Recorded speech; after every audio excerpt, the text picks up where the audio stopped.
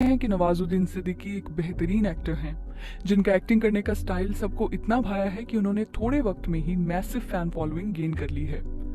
इस वीडियो में हम आपको नवाज के बारे में ऐसी बातें बताएंगे जो शायद ही आप जानते हो। आप इस वीडियो को एंड तक जरूर देखें क्योंकि इन फैक्ट्स के लिए हमने कई दिनों तक रिसर्च की है।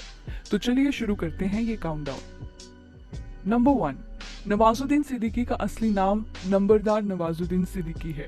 उन्होंने अपना नाम फिल्मों में आने से पहले ही बदल दिया था।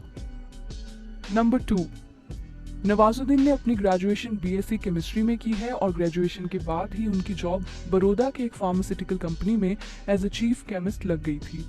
नवाज ने वहां 1 साल तक काम किया और तब तक उन्हें एक्टिंग में कोई दिलचस्पी नहीं थी।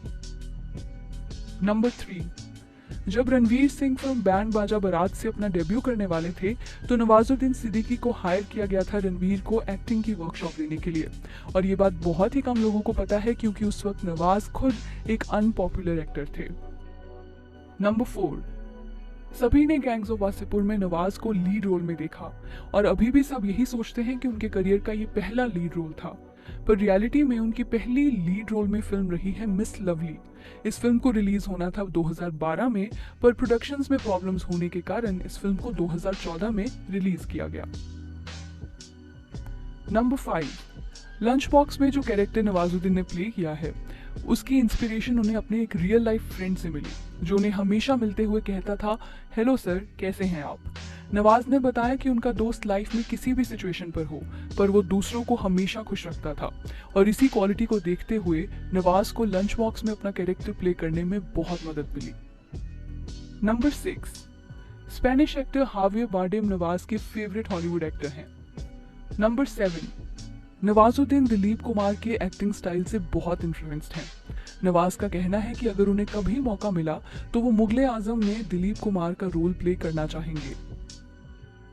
नंबर 8, बहुत से फैंस और मीडिया नवाज को एक गरीब फैमिली से बताते हैं पर ऐसा बिल्कुल भी नहीं है। हम लोग जो थे किसान परिवार से ज़रूर थे लेकिन ज़मींदार किस्म के लोग थे। अभी भी ज़मीनें हैं हमारे पास, काफ़ी खेती बाड़ी होती थी। नवाज ज़मींदारों की फैमिली से बिलोंग करते हैं जिनकी कई जनरेशन्स खेती बाड़ी का काम करती आ रही हैं, पर नवाज की खुद से विश थी कि वो अपने दम पर एक्टर बने, इसलिए वो अपनी फैमिली से कम हेल्प लिया करते थे। नंबर 9, दिल्ली में थिएटर प्ले देखने के बाद उन्होंने मन बना लिया कि अब वो एक्टिंग ही करेंगे और उसी वजह से वो दिल्ली शिफ्ट हुए और एक लोकल थिएटर ग्रुप के साथ जुड़ गए। पर दिल्ली में सरवाइव करने के लिए उन्हें एक वॉचमैन की नौकरी करनी पड़ी जिसका जिक्र कई इंटरव्यूज में किया गया है, पर कभी भी ये कहानी रिवील नहीं हुई कि कैसे उन्हें वो जॉब मिली। तो चलिए हम आपको बताते हैं। नवाज ने पब्लिक टॉयलेट में एक पोस्टर देखा था जिसमें लिखा हुआ था वॉचमैन नीडेड, तो उसी पोस्टर से नंबर लेके उन्होंने नोएडा की टॉय फैक्ट्री में एक वॉचमैन की जॉब पाई थी। नंबर 10, नवाज को वॉचमैन की जॉब के लिए कुछ पैसे एज अ सिक्योरिटी डिपॉजिट करवाने थे, तो उन पैसों के लिए वो वापस गांव गए और अपनी माँ को बिना बताए उनके जेवरात गिरवी रखाए। फिर उन्होंने 1 साल तक एज अ वॉचमैन नौकरी की और उन्हें मंथली 500 रुपए मिला करते थे। नंबर 11, नवाज ने एक इंटरव्यू में रिवील किया कि वॉचमैन की नौकरी करते हुए उन्हें पूरा दिन धूप में खड़े रहना पड़ता था, फिर थक हार कर वो कुछ समय के लिए चैन से छांव में बैठ जाते थे और उसी वक्त इत्तेफाक से कंपनी के मालिक भी आ जाते थे और ऐसा नवाज के साथ कई बार हुआ। तो यही देखते हुए उन्हें वॉचमैन की नौकरी से निकाल दिया गया। जब नवाज अपने सिक्योरिटी के पैसे वापस लेने गए तो वो भी उनको नहीं मिले क्योंकि कंपनी वालों ने कहा कि आपने नौकरी अपनी गलती की वजह से खोई है, तो इसलिए आपको सिक्योरिटी डिपॉजिट वापस नहीं मिलेगा।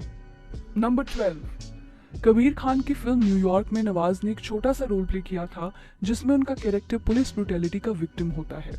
उस रोल के ऑडिशन के वक्त उन्होंने वही सीन एक्ट किया था जिसमें वो कैटरीना कैफ को कैमरे पर अपनी कहानी बताते हैं। उनके एक ऑडिशन को देख के ही उन्हें सिलेक्ट कर लिया गया।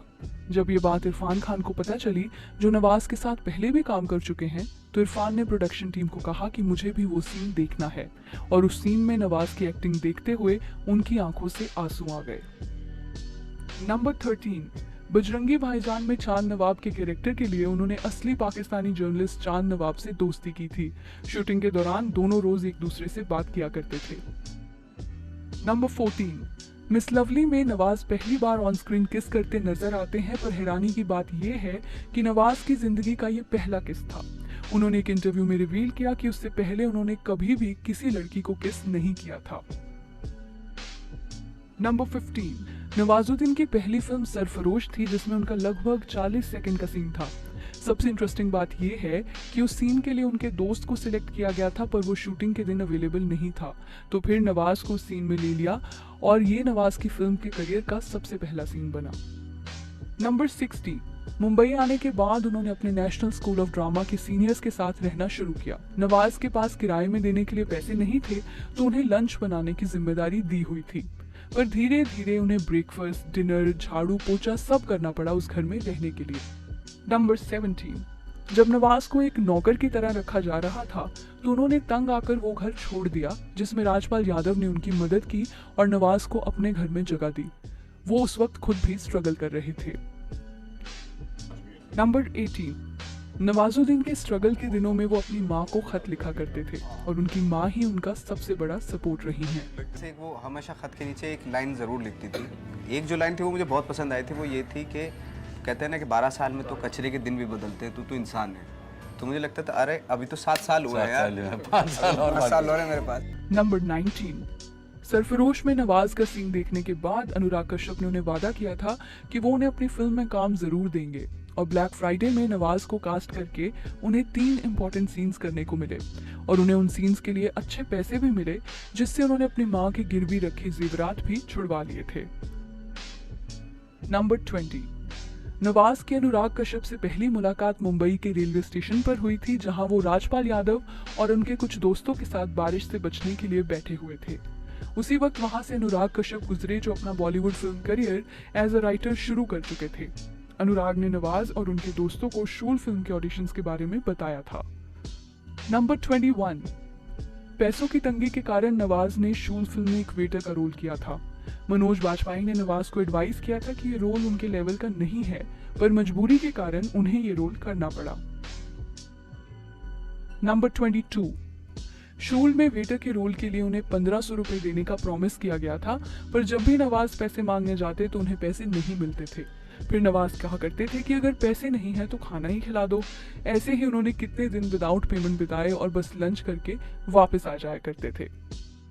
नंबर 23, गैंग्स ऑफ वासेपुर का जो फेमस परमिशन लेनी चाहिए सीन है, जिसमें नवाज हुमा कुरैशी के हाथ पे हाथ रख देते हैं, ये सीन ओरिजिनली नवाज की अपनी लाइफ से इंस्पायर्ड है। जब नवाज दिल्ली में थिएटर किया करते थे, उस वक्त उन्होंने अपनी दोस्त के हाथ पे हाथ रख दिया था और उनकी दोस्त ने उन्हें डांट के कह दिया था कि ऐसे कैसे तुम हाथ पकड़ सकते हो, परमिशन लेनी चाहिए ना। फिर उसके बाद नवाज को अपनी गलती रियलाइज हुई और वो उधर ही रोने लग गए। नंबर 24, वरुण धवन नवाज के बहुत बड़े फैन हैं। उन्होंने गैंग्स ऑफ वासेपुर देखने के बाद मन बना लिया था नवाज के साथ काम करने का। फिर वरुण ने उनको मैं तेरा हीरो में एक स्पेशल अपीयरेंस के लिए अप्रोच किया, पर नवाज को वो रोल पसंद नहीं आया। फिर भी वरुण धवन ने उन्हें कहा कि मैं आपके साथ एक दिन जरूर काम करूंगा, और वही हुआ फिल्म बदलापुर में, जहां दोनों एक साथ नजर आए और फिल्म कमर्शियली और क्रिटिकली कामयाब रही।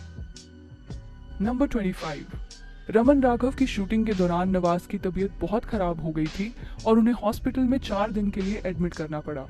जब उनकी वाइफ उन्हें देखने आई तो उन्होंने नवाज को सेमी कॉन्शियस हालात में देखा और फिर भी उनकी जुबान पर रमन राघव के डायलॉग्स थे। इससे पता चलता है कि नवाज बहुत ही अच्छे मेथड एक्टर हैं। नंबर 26, 2012 में जब नवाज की 4 फिल्म्स कांस के लिए सिलेक्ट हुई तो उन्होंने इंडियन फैशन डिजाइनर से हेल्प मांगी कि वो उन्हें कांस के लिए ड्रेस करें, पर किसी ने भी उनकी बात पे यकीन नहीं किया कि वो कांस जा रहे हैं। नवाज ने खुद ही सूट का कपड़ा लेकर अपने पुराने दर्जी से एक सूट बनवाया जो उन्होंने कांस फिल्म फेस्टिवल में पहना था। नंबर 27, 2013 में नवाज ने लैक्मे फैशन वीक में रैंप वॉक किया। ये उनकी जिंदगी का पहला रैंप वॉक था। फैशन डिजाइनर ट्रॉय कोस्टा ने नवाज को इस रैंप वॉक में फीचर किया था, जिनका कहना था कि नवाज की स्ट्रगल स्टोरी भी उनकी स्ट्रगल स्टोरी की तरह ही है। ट्रॉय के पास भी कभी एक टाइम पर सिलाई मशीन खरीदने के पैसे नहीं हुआ करते थे। नंबर 28, नवाज उन एक्टर्स में से हैं जो पैसों के पीछे नहीं भागते। उन्होंने एक इंटरव्यू में बताया कि एक दिन में उन्होंने 2 फिल्म साइन की थी। एक के लिए उन्होंने सिर्फ 1 लाख रुपए लिए थे और दूसरी के लिए 1 करोड़ से भी ज्यादा।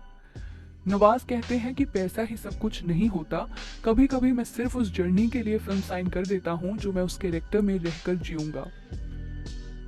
Number 29, world renowned film critic Roger Ebert के साथ नवाज एक हफ्ता रहे हैं। रॉजर एबर्ट ने नवाज की फिल्म पतंग को रॉजर एबर्ट फेस्टिवल के लिए सिलेक्ट किया था और वहीं दोनों की बहुत अच्छी दोस्ती हुई। नंबर 30। 2012 की फिल्म कहानी में नवाज ने एक इंटेलिजेंस ब्यूरो के इंस्पेक्टर का रोल प्ले किया था। नवाज बहुत हैरान हुए जब फिल्म डायरेक्टर सुजोय घोष ने उन्हें ये रोल ऑफर किया, क्योंकि इससे पहले उन्होंने कभी भी कोई सूट पहनने वाला रोल नहीं किया था। मूवी का फाइनल कट देखने के बाद नवाज इतना खुश हुए कि उन्होंने सुजोय घोष को गले लगा लिया और उन्हें इस रोल के लिए थैंक यू कहा। तो चलिए that's a wrap on this video. अगर आपको ये वीडियो पसंद आती है तो हम ऐसी और भी वीडियोस जरूर बनाएंगे, तो इस वीडियो को लाइक और कमेंट जरूर करें।